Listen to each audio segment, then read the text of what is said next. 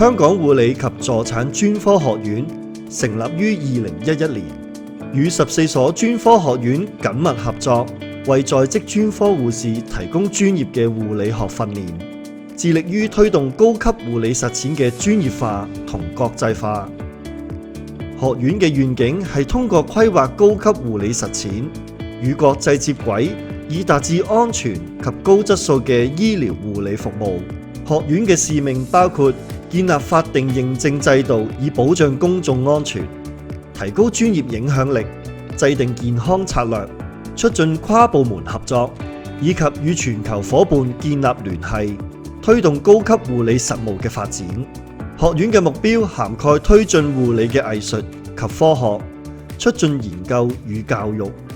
確保專業標準，以市民福祉為前提，並加強國際合作。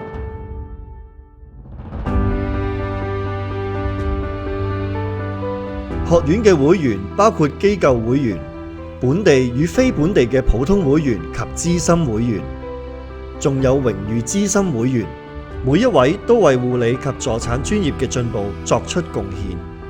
我哋學院喺保障護士與助產士安全方面發揮重要作用。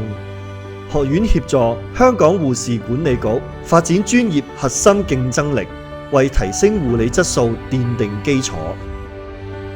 喺2019冠狀病毒疫情期間，學院積極支持香港特別行政區嘅防疫工作，